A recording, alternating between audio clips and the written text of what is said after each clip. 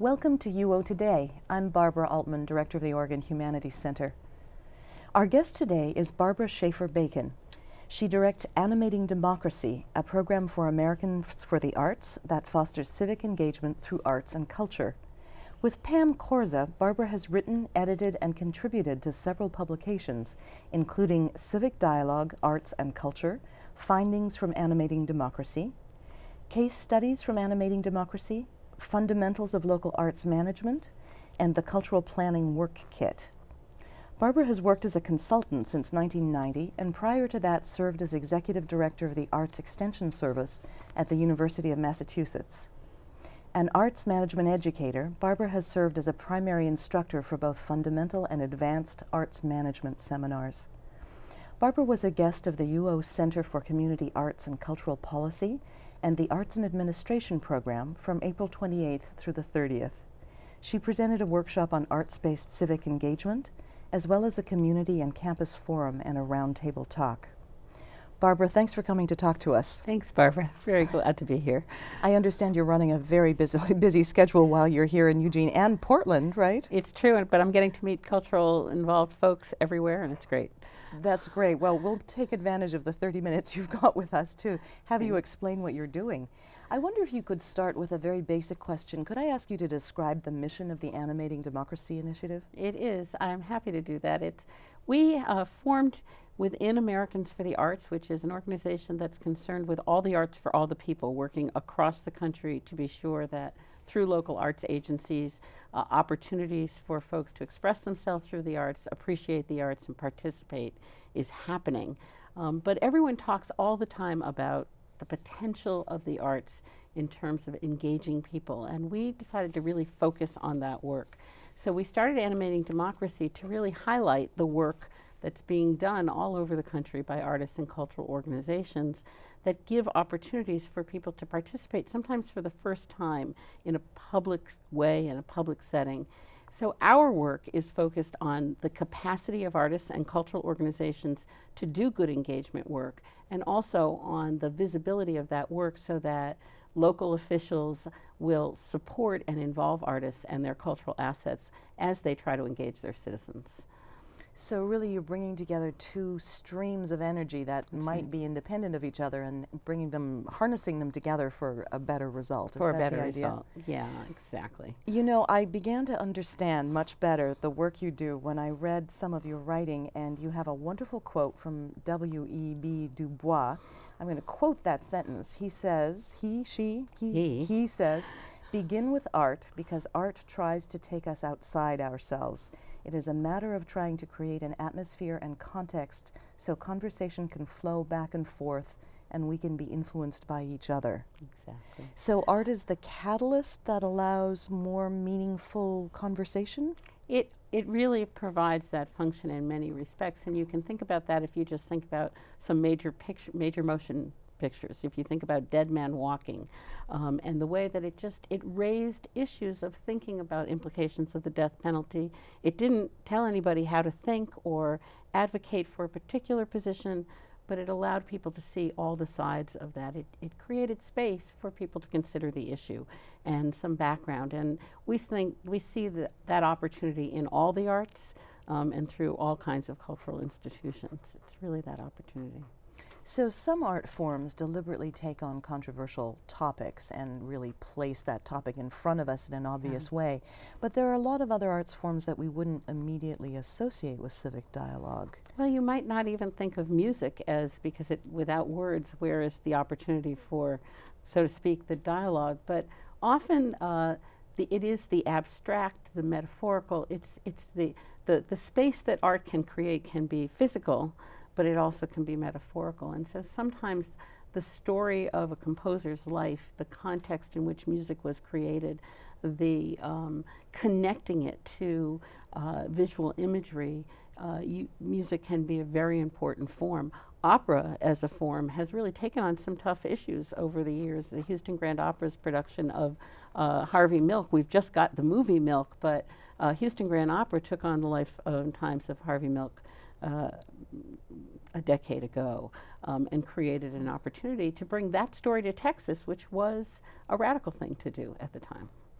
You make me think of other operas like Nixon in China, for example. Exactly. Oh, I see. Okay. And we talk about much art makes social commentary, and they don't necessarily, artists may not necessarily expect to engage the public, but to really put their voices out there, to put views, opinions, positions out there.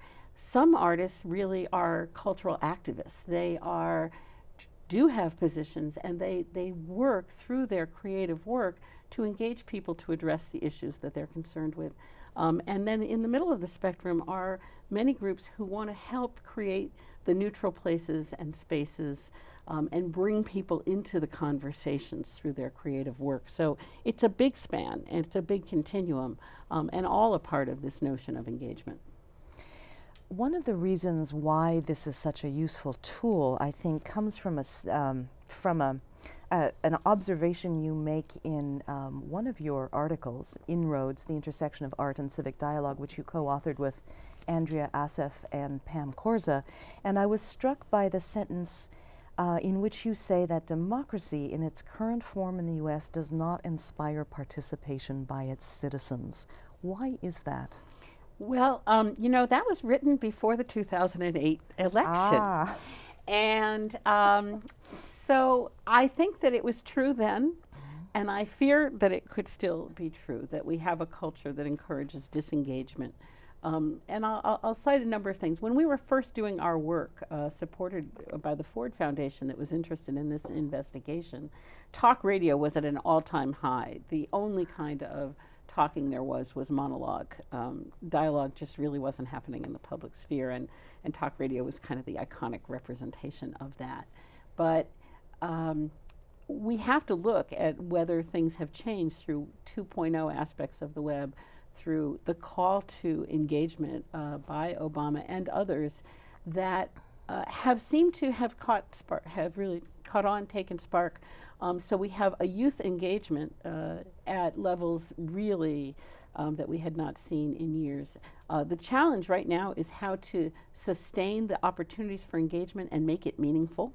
That's more the challenge than getting past the disengagement, because we have folks paying attention and feeling like maybe their opinion counts, maybe they could look deeper at issues, maybe there is a way to affect issues that affect their own lives. And I think that that was the biggest part of disengagement, is that we all began to feel that we couldn't make a difference, that our voices didn't matter, and that all the opportunity was in the hands of a few. So that's the change, and the change that we hope to really continue to foster. Now's the time. So really, you're poised to do this at a particularly encouraging moment in cultural dialogue. I think it's absolutely true. Like civic engagement, community organizing wasn't something that anybody talked about until this election and the issue got raised. So community organizers all over the country that have worked almost invisibly, but often use the skills of the arts in their own engagement of citizens and activists for a variety of issues. We're talking with them about how they're using the arts to engage and what the possibilities are of working together. Within the civic engagement field, there are many, many methods, very effective methods of dialogue and deliberation. But there could be, just as you can use a study guide to bring a community around an issue, you could use a play. So what's the possibility? So we had an opportunity just recently where folks from all over the country that are doing deliberative dialogue, like Public Agenda, Everyday Democracy, we were gathered and we brought a play from Albany Park Theater in Chicago that is youth theater that had collected stories of immigrants in their own neighborhood, Albany Park in Chicago, and put together a very moving, incredible piece of theater that we brought to this group, who said we could use that as we try to organize dialogues around an issue like immigration. This is just as much help to us as all the facts and figures we could possibly collect. And the DVDs just flew off, and the engagement dates were, being booked at the end of that performance. Everyone got it, and we're enthusiastic to see that kind of thing happen. So that's a great example, a concrete example of the kind of thing you're talking about. Exactly. But I wanted to ask you just to specify, so this was a theatrical presentation of sorts, but then the idea was to build in an opportunity for commentary and for people to follow up and to discuss the issues that had been engaged by what those young people were presenting? In this case, we were presenting to those people who design dialogues for communities. So they were getting an opportunity to think about how they could use that piece of theater or others within the context of their work and design around it. And but we do work with cultural organizations, theaters, presenters, to think about how they can turn the sort of basic talkback and really break the convention of a talkback where I say, oh, that was a fabulous performance, and when did you decide to be an actor? To really talking about the issues and the content of the work that's being presented on the stage or screen or in the context of an exhibition in a gallery. And there are great ways to break those conventions, to do different interpretation, to give folks an opening to respond to the work that they're seeing and let them take that next step of talking to one another about the issues that are being raised. In all of your very carefully articulated explanations of what you're doing, your mission statement and so on, you're really careful to distinguish dialogue from, say, discussion or debate. How does dialogue differ from discussion or debate? The word dialogue comes from a root that means essentially taking meaning through words. And so we think about dialogue as two people learning, being open to hear and learn from one another. The point is the exchange. It's not defending a position. There's a role for debate. Debate has a function in our discourse, but dialogue is the opportunity to hear and to offer and learn. So the opportunity is there to open a conversation that has meaning, that's more than I'm going to tell you my story, you tell me your story, but is less than I have a point of view and I'm going to do everything I can to help you hear it. So in a dialogue, we might start with each other's stories so that we know something about one another personally, and then we might be asked to think about how an incident relates to our own lives and what do we think the implications of that are for our community. And imagine that conversation inspired by a play or an exhibition that's allowed us perhaps to see a community in a different way. So the desired outcome of the dialogue is a greater degree of understanding on both sides. Is that right? On both sides. On both so sides. Not necessarily consensus building, not necessarily resolution, but simply broader understanding. No, there's the line is we hold these truths to be self-evident, and in fact multiple truths is really something I think that we believe happens. And sometimes art has a point of view. The art itself can be very provocative or have a very strong point of view, but it still can be a great platform for a dialogue that can look at many sides of an issue or many perspectives of that issue. And you mentioned sort of catalyst early on. We really think of sort of four ways that the arts can contribute together or independently, but one is just is that spark, that it's putting something out there. Sometimes the arts, an exhibition is actually bringing up a subject that really hasn't been talked about at all in a community.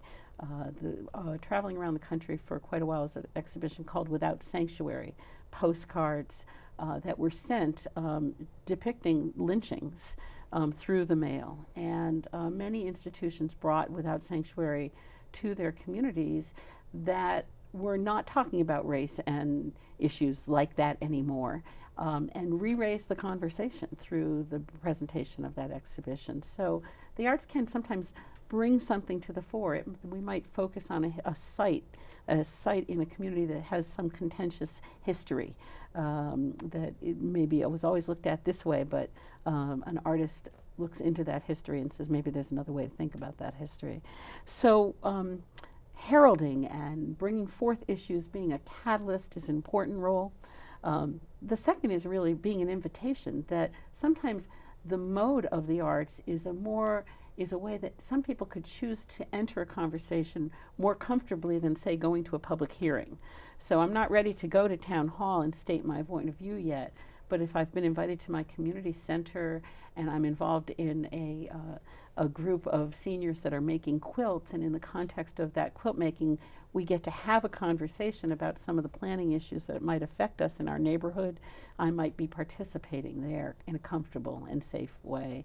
So the invitation, who gets to come, if my cultural expression as a new immigrant has been appreciated in a public space, I might feel more inclined to participate in the public process. We think about that. We think about space. Museums and cultural centers are sometimes neutral spaces in their communities where people can come together, where they might not go down to X, Y, and Z organization that seems to, you know, always be about this, or that's for them, or that's in their neighborhood, I don't want to go there. So literally it can be a neutral space, but also metaphoric space. And finally, the arts are really a forum and a form of dialogue. So it's possible to have a dialogue in the context of creating a dance together or making a mural together, that actually working together in a creative mode has aspects of it that involve exchange, and you don't even know you're having that dialogue, but it's there. You've mentioned a number of different forms of the arts that can provide this spark or provide the space, metaphorical or literal. So you've mentioned theater and music, and even an artwork or film. Absolutely. Some certain forms of cultural production must lend themselves more easily to this kind of role than others. I'm continually surprised at, sometimes it's not an artwork per se that individually can be this. It's really what's built around it. There's a wonderful framework of art that looks at the word as a verb as opposed to a noun. So there's the art as object that we're used to talking about, but art is about putting things together, juxtapositions. And so it is the connecting and sequencing of experiencing art, or perhaps even the dialogue that goes into creating a piece that allows for the interaction. So in other words, you could take a work from the canon, you can take The Merchant of Venice, and you can use it as a basis for a play, for something. You could take 4 works of by individual artists, but what happens when you put them together in an exhibition is that they are all perspectives on a particular, maybe an ecological theme that allows you to then have a platform for conversation. So it's really not that you could look at individual forms. Museums have done a really great job and seem to really be a place that is continuing to innovate in the interpretive work and the design of dialogue around their exhibitions. And they've done that because they came under fire for opportunities missed in some cases, with exhibitions that created a lot of controversy, but they never turned that controversy into learning and thinking and dialogue. So museums have done a great job. Theaters are increasingly doing a great job. As I say, opera. Dance is amazing. Ballet Austin commissioned a work around Holocaust themes some time ago, and then went to work with, they engaged the University of Texas and the LBJ Center to organize a set of activities over a year to talk about tolerance in Austin, Texas. They brought an exhibition of huge posters from Germany that they put along the Riverwalk that talked about tolerance. They organized work with the Austin schools so that there was a curriculum unit and an opportunity, and they organized public discussions. The dance that they presented was presented as a commissioned dance work, but the presentation of it they used as a sort of platform for this broader dialogue. It's a beautiful dance, and most people that talked about it talked about the dance being enhanced by the experience of the full thinking about the implications of the Holocaust as they thought about their own community. And as well, the dance enhanced the dialogue as well. So it's a back and forth thing. It's not, you don't want to just add dialogue to art. You really want to look at how you can weave it all together. So it's a very integrative experience, in fact. When it's done best, When I it's think done it is. best, yeah. I think it is. Among the examples of this kind of dialogue that you list when you were looking for what's happening across the country was one that, is, of course, is well known to us locally here in Eugene, because you picked up on the performance of Bach's St. John Passion by the Oregon Bach Festival in 1995. And that was an instance where we locally built a series of conversations around an artwork that has great cachet, that is beloved by many, but in fact has lyrics in it that are offensive to significant portions of the population. That is It was and remains a very important story for all of us in the arts because the performance went on. As we learned the story through Neil Archer Rowan, who was the director at the time, when folks first came to the Oregon Bach Festival with concern about the work, what happened was not a decision to ignore them and do it or not do it, but rather the thought to take the opportunity to look more deeply at the work, at the context of the composer's time and life, to look at the issues of tolerance and bigotry here in Oregon. And so through the churches and through civic organizations, all kinds of different conversations were organized within the community.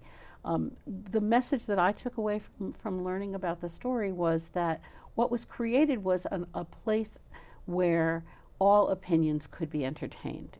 The point wasn't to get everybody on the same page, but to actually say, if this is offensive, you should be able to have that opinion and to act on that opinion.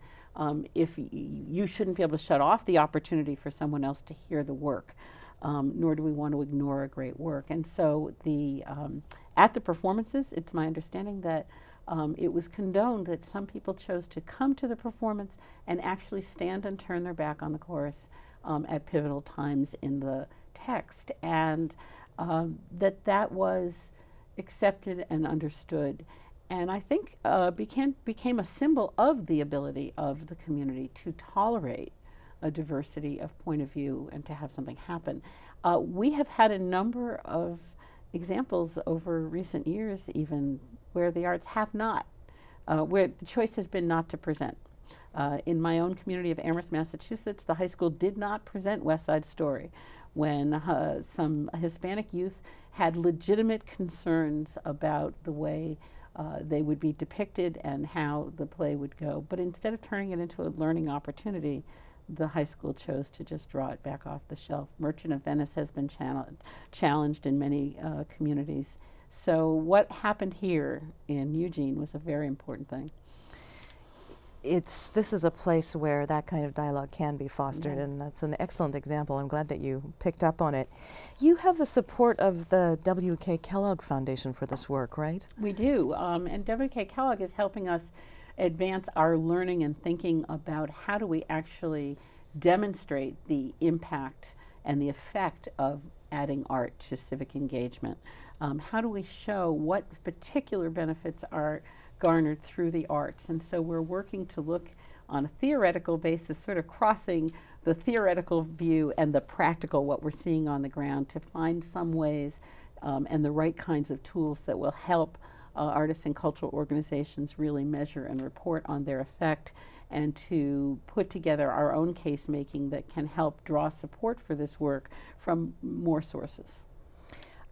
The tools must be an issue, because you can say, yes, we had a productive dialogue, but how do you measure effect? Exactly. The story, a quick one, I guess, in Lima, Ohio, Sojourn Theater from Portland, Oregon, was in residence for several years and created a play that became a platform for reinvigorated community action. And it gave the community a lot of experience with dialogue. They trained dialogue facilitators, they brought out monologues, they brought out a play. They really engaged the community through dialogue and trained local facilitators as a part of their process. 2.5 years later, there was a serious incident, a shooting in Portland, in Lima, that resulted in the death of a child, of a mother, and an injury to a child, and really flamed difficult issues around race in the community again.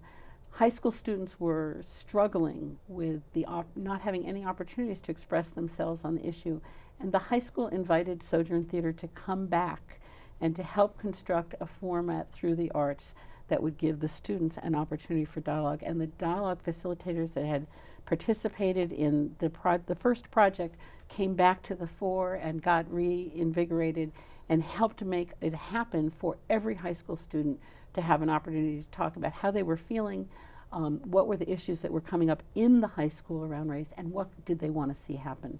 And it's been very positive. So there's an evidence, a very direct evidence, but the challenge is to figure out routes to get there. One last question as we begin to run out of time. You have, your organization has developed the Arts and Civic Engagement Toolkit.